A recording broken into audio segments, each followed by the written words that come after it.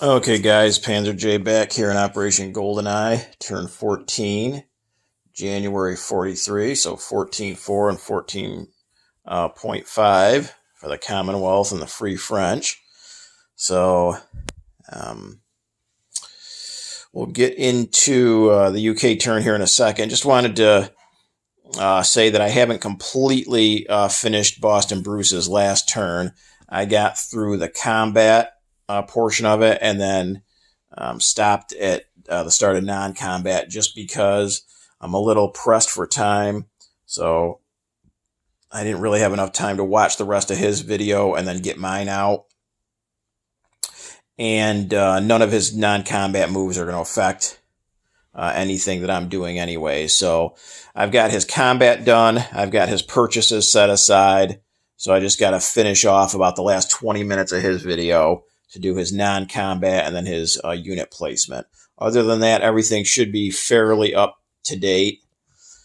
As far as the UK goes, we got our 3 tech rolls. So we got advanced artillery at stage 1. We're going to try for that. Improved factories at stage 3. We're going to try for that. And then I guess we'll throw in jet fighters, which isn't on the board yet. So first, advanced artillery, 7 or higher. And we got a 6, so we missed that. Jet fighters, 8 or higher. A 1, missed that. And then improved factory, 7 or higher. And we got an 11. So 1 out of 3, but it allows us to finish off another tech. So not too bad for the British, I suppose. A little bit of good news in an otherwise depressing game so far for the Commonwealth. So on to purchases. UK proper has 36 to spend. They're spending all of it.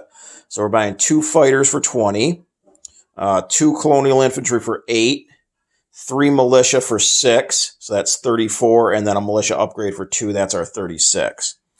The FEC has $4 to spend, and they're just buying a colonial infantry, so they spend all of it.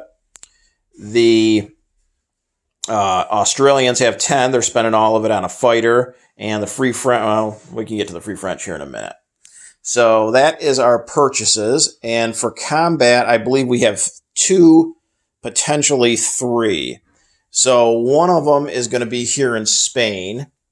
So we're going to take one of our 2 Marines that we've got in Asturias-Navarre and come over one to Catalonia and take that from Germany. It's not worth any money, but we'll take it anyways. It's got an airfield, and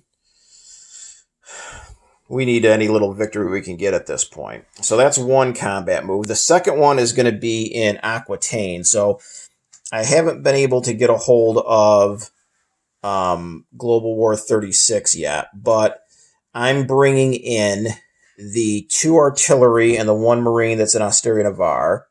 Then from Normandy, I'm coming down with 4 infantry. I'm also coming down with 4 fighters and then the 2 fighters from London. So altogether going into Aquitaine is going to be a Marine, 2 artillery, 4 infantry, and 6 fighters. And he has an infantry and a militia. So I doubt he would scramble his jet and his 2 fighters from Paris. But I'm going to go ahead and do this battle, assuming he's not going to scramble. If not, then we can PBE it. Again, I've got a Marine, 2 artillery, 4 infantry, and 6 fighters going in against his infantry and his militia. And then the third combat move, and I believe I can do this. I believe Knights Templar was checking for me, and it looks like it can be done. So what I want to do is take this strategic bomber here in Italian Somaliland and go 1, 2, 3 and carpet bomb that Italian colonial infantry in Cyrenaica. My one question was about the Sahara Desert, it being impassable. Obviously, ground units can't pass through, but I wasn't sure if planes could fly over. So I'm going to go ahead and do that combat as well. If for some reason planes can't fly over the Sahara Desert, or at least combat movement with plane can't be done over the Sahara Desert, then we can just cancel that out. But I'll go ahead and do that one as well. And I believe those are the only 3 combat moves, nothing from the FEC or ANZAC. So let's go ahead in Normandy, or in Aquitaine. So I've got the 6 fighters coming in. Then let's go ahead. We'll move this Marine up along with both of these artillery. And then I've got 4 infantry on the card here from Normandy coming down 1 to go in as well. So I get 2 first strikes with my artillery. So we get 2 3s there. So let's go ahead and roll that. And we got a 3 and a 4, so we do get 1 hit. So he will go ahead and take his militia clearly. So he's down to an infantry. I didn't bring the fighters over just because they're going to be flying back, but you know that I'm bringing in the 6 fighters. So let's go ahead and roll for our 6 fighters. It's 6 or less. We need 1 hit here to finish off his infantry. And we got a 3, 6, 1, and 5. So if he was to scramble, I would have killed his infantry and his 3 planes. So that's definitely probably a smart move for Global War 36 to say no on the scramble. So now he has an infantry firing back at a 4 and a 10 misses. So we take Aquitaine with no casualties. And that is worth $1. Okay, so let's go ahead. We put our Marine in there, our 2 artillery, and the 4 infantry that came down from Normandy. And so that's up $1 for the UK to 27, and down $1 for Germany to 67. And then our only other battle was the carpet bombing in Cyrenaica. So we get 3 rolls at a 2. There we go. We got a 1, a 12, and an 11. So complete opposite ends of the spectrum there, but we got our 1. So as long as that's legal, we kill off the Italian colonial infantry. And that is it for combat for the Commonwealth. So on to non-combat. So we had 6 fighters come down into the battle for Aquitaine. 2 from London, which came 1, 2, 3, and then 4 from Normandy that went 1. So all 6 of those planes are going to fly back to Normandy. Okay. Then we've got these 2 naval transports here in the English Channel. So they're going to pick up 2 infantry, a Marine, and a anti-aircraft gun and drop them off right in the same sea zone, drop them off into Normandy. Okay, then these 2 naval transports here in 34 are just going to come up 1, 2 to the English Channel as well. And I think that is it for the British over on this side. Then our Strat bomber that went from Italian Somaliland, it went 1, 2, 3. It's going to go 4, 5, 6 and land in northern Algeria. Then we've got this infantry here in the Belgian Congo is going to move up 1 to Sudan. And then our 3 Anzac fighters are going to come over 1, 2, 3 and land in Nubia. And I believe that's it for non-combat. The FEC is down to just this militia here in Ceylon, and then our force in British Malaya. They're not going anywhere. And then neither is the Australians that are there in Australia itself. So that's it for non-combat. So now on to unit placement. So we've got our 2 fighters that we bought, and those 2 are going to go down in London. Then we've got a militia upgrade and a militia. So here in Normandy, we already had 1 militia. So upgrade him to an infantry, and then put the militia, that militia back down in Normandy. So that stayed the same there. Then we've got another militia that we're going to put down here in South Africa. And then our last militia is going to go here in Nubia. And both our colonial infantry are going to go down in Nubia. So I learned my lesson thanks to some wise comments. I cannot put colonial infantry in a occupied territory, but that is my own territory there, Nubia, and it does have a point value. And it limits you to 2 colonial infantry per turn, but it doesn't specify that, the point value of the territory limits the 2 that you can put there. So even though Nubia is only worth $1, I believe I can put both colonial infantry there. So we're going to put both of those guys down in Nubia.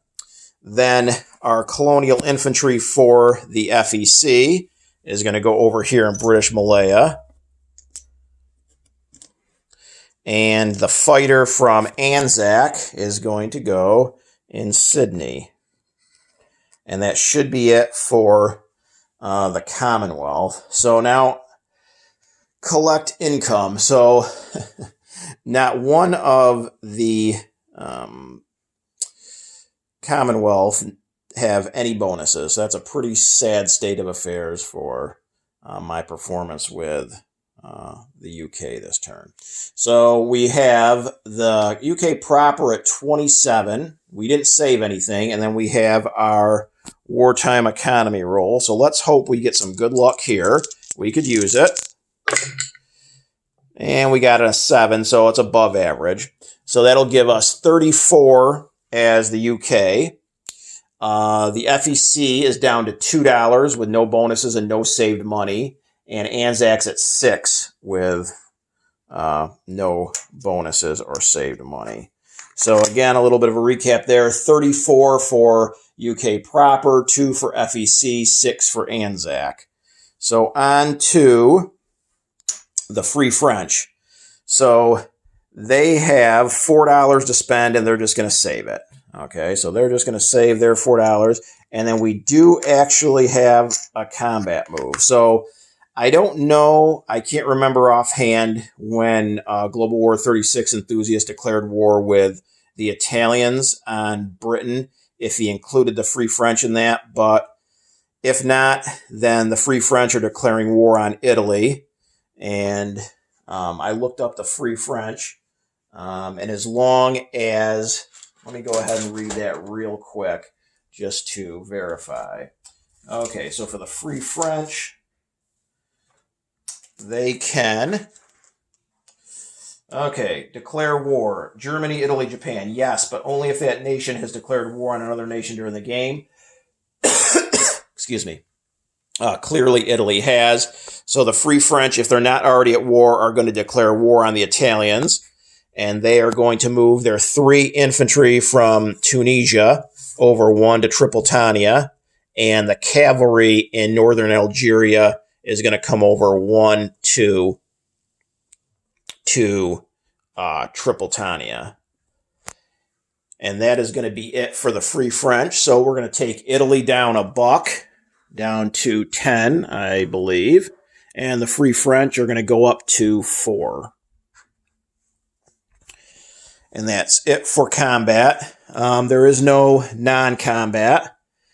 They have no bonuses. They're up to $4, so collect 4, and they saved 4. So that should be $8 for the Free French, as I'm losing my voice here at the end of this video. So that should be it for, well, let me go through a little bit of a recap, I guess, in terms of territories for people. So in the English Channel here, we have 4 naval transports. London has a militia, 2 fighters, and a fortification. Normandy has, as far as the UK portion of the forces, we have 3 medium armor, 6 fighters, 2 artillery, 1 marine, 4 infantry, 1 militia, 2 AA, And then for U.S. forces, we have 8 infantry and 2 medium bombers. In Aquitaine, we have a Marine, 2 artillery, and 4 infantry. There's 1 Marine in Catalonia. In northern Algeria, we have a French militia and 3 French mountain, along with a strategic bomber, an air transport, and an airborne for the UK. Tripolitania now has 3 infantry and a cavalry from the Free French. There is 4 militia in South Union, South Africa, 1 infantry in Sudan, 1 militia in Italian Somaliland, and in Nubia we have 2 infantry, 2 colonial infantry, 1 militia, and 3 fighters. As far as the FEC goes, we have 11 militia, 2 AA, a coastal artillery, a fortification, and 4 colonial infantry in British Malaya. Sydney just changed by the addition of 1 fighter. And I apologize, I do have 1 more combat. I'm tired. Worked last night, and like I said, I'm trying to get this turnout before I go to bed prior to work tonight. So I do apologize. Hopefully it's okay with the guys. So I have 1 combat and 1 more non-combat. So the 1 combat is off of this fleet marker here in C Zone 80. I have 2 submarines, and they're going to convoy raid the Italians for that dollar. Okay, so let's go ahead and roll that. So green is Italy. Red is the British. I have a +2. So that's 7-3. So I take that dollar. So Italy should go down $1. And then the 1 non-combat move is the rest of this fleet here in C Zone 80 is going to come over 1 to C Zone 81. And that fleet consists of 4 destroyers, 5 heavy cruisers, 1 battle cruiser, 3 light cruisers, and 1 light carrier, 1 empty light carrier. So that should be it for the Commonwealth and the Free French. Turning things over to Global War 36 enthusiast for Italy. We'll see you guys on turn number 15.